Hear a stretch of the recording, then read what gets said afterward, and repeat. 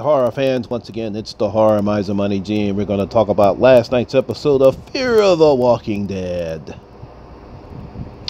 So, we're in the Fear of Walking Dead. Last night, we see Walker and Madison and Strand. They're driving all the way to Tijuana, trying to get to the dam. They met Strand in last week's episode. They're trying to get to Tijuana so they can get to the dam where Daniel and Lola are at right now.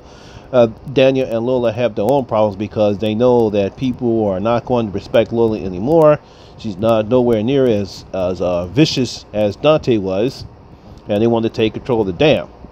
So eventually they run into the middle of a pile of walkers. Somehow Strand throws his beeper at them, and don't know why that would work. You would think that the sounds of the truck revving and hitting the whatchamacallit would not fool the walkers, but they get by, and eventually they close the gate off, and into the sewers they go. So into the sewers they go, and of course the sewers are just shitty as hell. They smell like shit. I mean, really, they do. And unfortunately, Walker's getting tired of Strand because they wind up getting lost. They're trying to find this eye that the workers mark so they get to the dam. They eventually do, and they eventually meet Daniel. And Daniel's first attempt is to kill him, but they eventually tell him that, hey, look, he didn't lie about Ophelia. Ophelia's fine. She's back at the ranch. So we have the reunion with Daniel and Madison. And they finally meet Lola, and of course they try to tell them what they can trade for at least 10,000 gallons of water. Lola says no, they can't do it. I'm not going to give up this water. So eventually they said they could spend the night, and eventually they do spend the night along with at the at the ranch. I mean at the dam. My dam. Again, Walker's not too happy with Strand. They know Strand is up to something. Also, Daniel also knows that Strand is up to something. We also see that Strand and Madison have a very nice private conversation, and it's pretty nice that these two get along very well. Madison tells Strand that, you know, the stuff that I had to do in order to lose my humanity, and Lola's not trying to compromise it.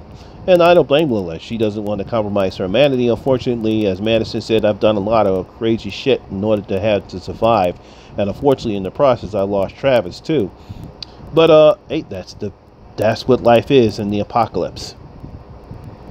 The next morning, Walker said, "That's it. I'm out of here. The ranch is going to have to leave by the time I get back. We're going to take over the ranch." So Madison knows they have to work in order to make this deal with Lola. Eventually something weird happens, and next thing you know, the truck blows up that was with water, and we see a whole bunch of people saying down with the water queen. They eventually do what they need to do in order to fight back, and the deal is struck between Lola and Madison. They'll give her this amount of guns and ammunition for at least 10,000 gallons of water, and the deal is struck, and now we know that the ranch is going to be saved because they now have water. They eventually meet with Walker back on the road because he left. He was like probably not that far away, and they decide to get back in the van, to get back into the tanker truck, and head back to the ranch with some newly fresh water. Now, I thought this episode was kind of okay. It kind of pushed the narrative over. Obviously, I did like the touching moment that Madison has for Strand.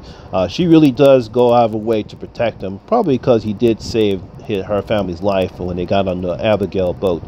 Oh yeah, thanks for the I forgot the I think it was Leela who answered my question because I forgot about the name of Abigail. So I want to thank her for reminding me about Abigail because I completely forgot the name of the boat.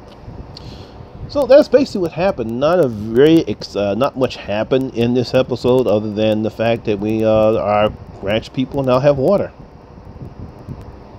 So what do you think about last night's episode? Did it move the narrative story? Is it still just treading water, or pun there, or what's going to happen when Ophelia finally finds out that her father is alive? Will she want to see him? Does she think that she's just becoming as bad as her father? Comment below and let me know. It'll be interesting to find out if Ophelia does find out her father's still alive, how she's going to react, and if she does want to see him or not. Well, once again, that's my video for today. A very short video because not much happened. Like I said, if this is your first time here, please like and subscribe. so that way you you'll get to enjoy more of the horror experience here on my channel. Also, all my social media links will be in the description below as well. Once again, my name is Lamont Smith, better known as the Horror Miser Monty G, and always remember that horror rules.